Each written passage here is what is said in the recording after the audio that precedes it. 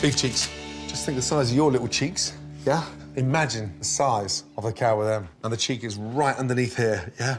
I want you to give them a really nice season with salt and pepper on there, please. So, beef cheeks, very cheap. A cut that takes sort of a long time to cook. Yeah. But give it a bit of love, let it cook in the oven. It comes out like a dream. A little touch of oil in the pan.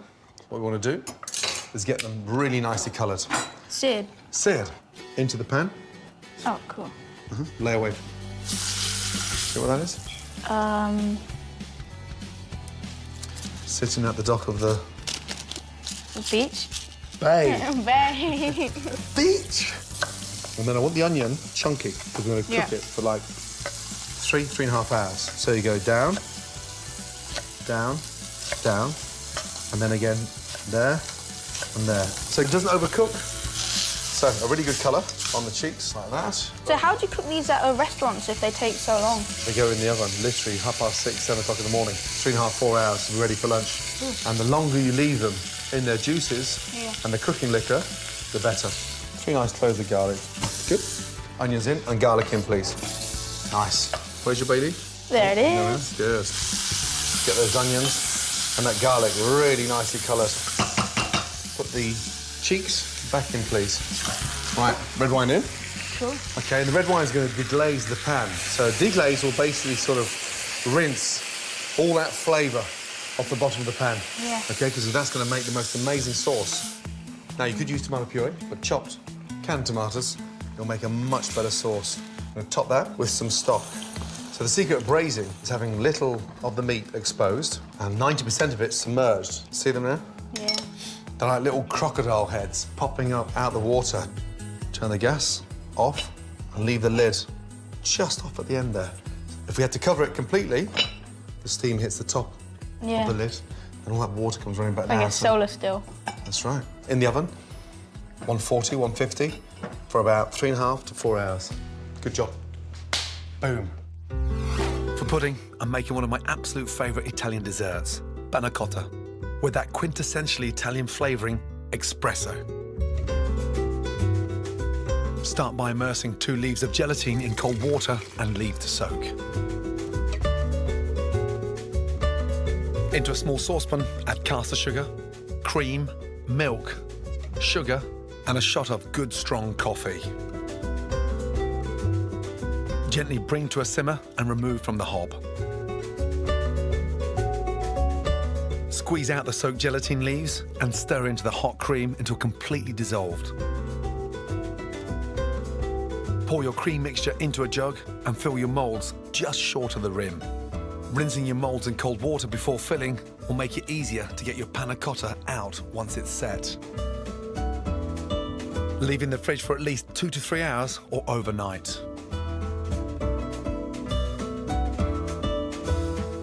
To make your cinnamon hazelnut brittle, pour caster sugar into a pan and cook over a medium heat until the sugar melts to a deep golden brown. Scatter toasted hazelnuts into the caramel. Dust with ground cinnamon and leave to set at room temperature. When your panna cotta is firm, giving each mould a quick dip into boiling water should ensure a perfect stress-free exit onto the plate.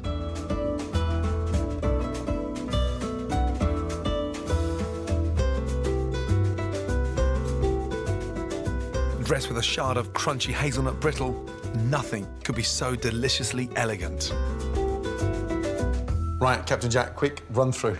Panna cottas are nearly set. Beef cheeks are nearly cooked. We're going to now do the fig and burrata crostini. Oh. OK? To take the figs, we're going to make a nice, slightly spicy fig jam. Take off the tops. Yeah. In half, and each half into 3. Sugar, a touch of salt in there. OK? We're making a jam, but we don't want it to be too sweet. And then these little babies. What are they? What's the shape? Stars. Star anise. Star anise, taken from the aniseed plant. Yeah. And when you dry them like that, so intensifies the flavour. Really important to count how many we put in there, OK? Yeah. So 1, 2, 3, 4, 5. So they're just there for flavour and then take them out? That's right. Secret here is to get that caramel going. So when I hear of jam, I don't think of caramel. No, but this is a very fast jam. Caramel's starting to colour. I want you very carefully to drop the figs in there. Good. So the juice out of the figs is starting to break down the caramel. You know what that is? Balsamic vinegar. Love that on my salad. Got that sort of sweet and sour flavour. Leave that cooking for 3 or 4 minutes. Now let's slice our ciabatta. In Italian, crostini means little bits of toast. But it can be made out of leftover baguette, sourdough, or any crusty, open-textured bread. We're staying authentically Italian with ciabatta. Season them and then drizzle a little touch of olive oil on there.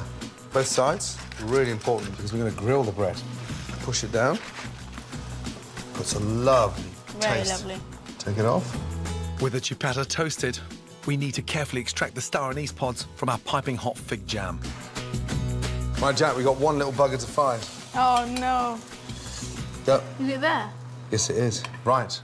Now we've got the green light to crush. So all the skin's disintegrated in that caramel. That looks so nice. While Jack carefully spreads the crostini with our hot fig jam, I can unveil the last element to our starter, the creamy Italian speciality, burrata. Our little money bags. Looking delicious. This looks fun. Doesn't it? We need to season them lightly, drizzle over a little olive oil, and dust them with lemon zest. Can you imagine that? Sat there, and you tear some of that off and you stick it on top of that, and Back to the main course. To match our hearty beef cheeks, I've chosen to use pappardelle. rule number 1 when cooking pasta, Salt in first. salt in first, good. Olive oil in, pasta in. Twist it round so you don't break it. Nice. Bring that back up the boil. That's going to take about 3 or 4 minutes. Flat leaf parsley. Scrunch it up for me Yep. and chop it. Now, wait to see Oh, these wow. beef cheeks. Beauties. Look at them. They're really Look. soft. They're Oh, very they're soft. tiny. I want you to taste. They're so good. Oh, Jack, you've just dribbled on your jumper. Joking. Seriously? Really? Right, drain the pasta. Salt, pepper, the pasta. Little drizzle of olive oil. And I want you to put your fresh parsley, Nicely chopped. nicely chopped, in. This is the magic bit, okay? You take a little ladle of the juice, put that at the bottom, and you put the pasta on top of that sauce. Ooh. Whoa. Honestly, Oh my gosh. your sisters are going to love you even more now, you know that? What about when you cook this for your girlfriend one day? Just tell her where you got the recipe from, will you? Promise? Promise. I don't want you stealing Daddy's thunder. 1 beautiful jaw on there. 2 beautiful jaws on there.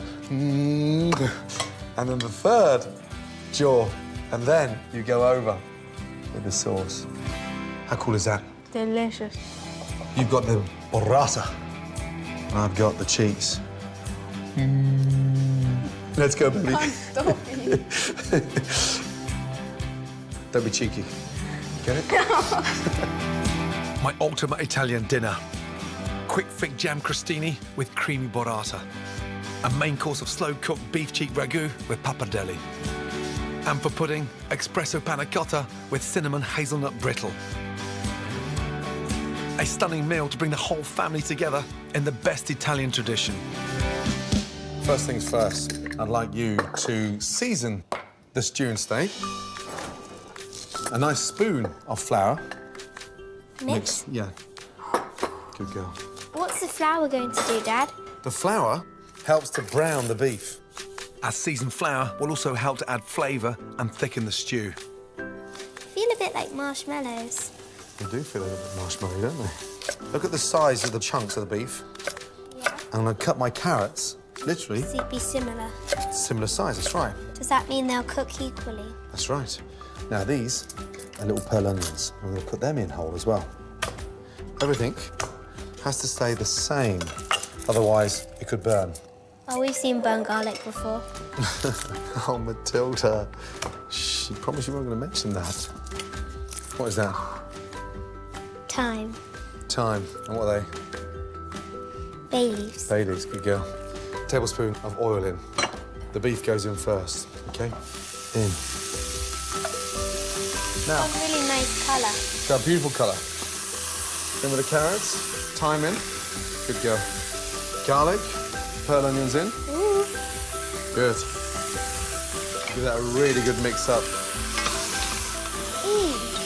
Are stews easy to make, Daddy? Stews are very easy to make, providing, at the beginning, you give it a little bit of love. Now that's all beautifully browned. That beer? That is beer. And that's going to deglaze the pan. Adding beer or stout helps to tenderise the beef and give it a hearty, delicious flavour. And that's the only way I want you to taste beer. In a stew. Yeah? I want you to add in a couple of teaspoons of tomato puree, please. In fact, 3, please. Because it's so nice. And there's one final thing in there. Cover the stew and steak with the beef stock. Give that a little mix with Daddy, please.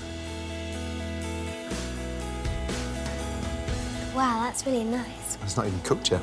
Do you keep all these vegetables in when you serve it to people? Oh, yes. Is the garlic going to be burnt? No. Excuse me. Right. And we always put the lid with a little bit. Just a little bit, so it can breathe. That's right. And not make the stew all watery. Into the oven at 150, please, Tills, for about 2.5 hours. And now, you can focus on your homework. Fun. Time to knock up 2 delicious hearty potato classics in one. Twice-baked bubble and squeak jacket potatoes. Start by baking large potatoes in a preheated oven at 180 degrees. Shred 1/3 of your Savoy cabbage and sauté in butter and add a dash of water until tender. After about half an hour, your potatoes should be crisp on the outside and cooked through in the middle. Slice them in half and scoop out the soft potato centre. Then mash with a couple of knobs of butter, mix in the cabbage and season to taste. Spoon this mixture back into your potato shells and into the oven for a further 10 minutes, or until the tops are nice and crispy and golden. 2 delicious hearty potato classics in one. Twice-baked bubble and squeak jacket potatoes. Right, homework done. Yep. Beef stew is stewing. Stewing. Let's get on with our delicious, hearty pear tart. I've been looking forward to this. You and I, chef, are going to prep the pears. So if you peel, I'll top and tail into quarters. Pears go soft in the oven very, very quickly. So if we're going to put them on a tart, we'll either leave them whole, half, or in quarter. What's that in there? Ginger. That's right. That's stem ginger. So we're going to use stem ginger and fresh ginger. Next, add your stem ginger, a little of the stem ginger syrup, Good girl. and some brown sugar to your quartered pears. And then just grate some fresh ginger. Off you go. So it's a bit of a different one to grate this because it doesn't really come through like the cheese. No. We're going to make that a little bit zesty. And now we've got some lemons. Some lemon zest in there. Right, what I want you to do now is give that a nice little mix. Now, this is a sweet pastry. You can buy this stuff or you can make it. It's so easy to do. So give me your finger. That's my centre point. I want you to get the pears going round like that in a really nice circle. It's difficult, isn't it? Because the pears keep on sliding all over the place. Yeah. We've got egg wash the outside, and I'm going to show you a little trick. So you lift that up. So is the egg wash acting like a bit of a glue? That's right. Crimple this with our finger, and the pastry forms this nice little shelf, like a little money bag. Are you going to do anything with the spare pears? Oh, yeah. You start building that up then, you see. We've got the fresh ginger, and those nice little bits of stem ginger. Let me go round my egg. With your glue. With my glue just on top. Tilly's last job is to give our tart a good dusting of icing sugar. So that caramelises it and colours the pears beautifully. It's a bit like snow. Isn't it? Now that glazes the pastry, so the pastry has this really nice shine on there as well. Finally, the lemon on top. And then put that there. 180, and in she goes. Can you smell the beef? It smells delish. Wow, it's even gone down a bit more, hasn't it? Look at that. I want you to just I was hoping you'd ask. have a little taste.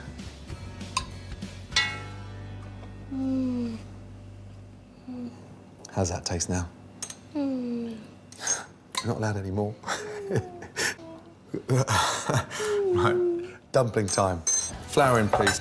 I'm using self-raising flour for a fluffier result, but if you like your dumplings hard, use plain flour.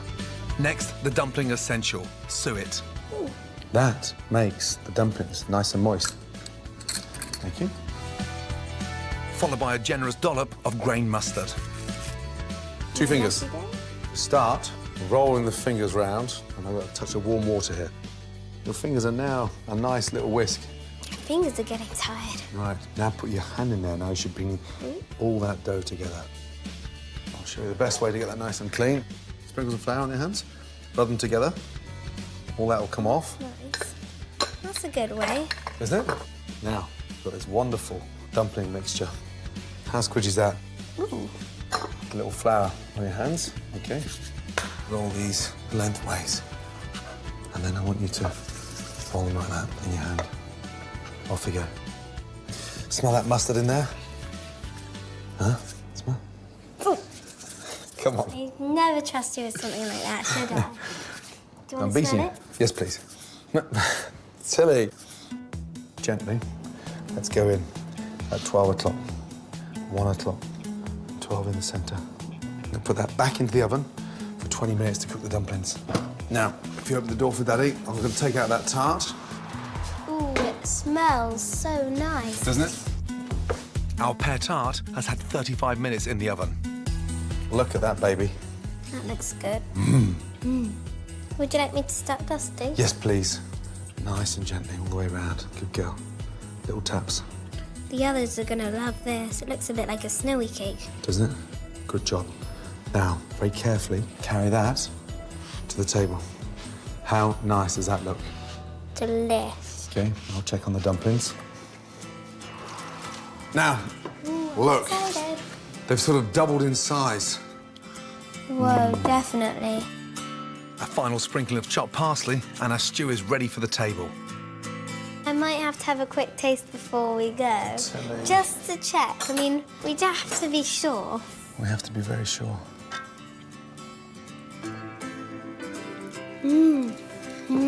That is an amazing, hearty beef stew with dumplings. Right, the twice-baked loaded potatoes, and we are ready. This is my ultimate hearty dinner.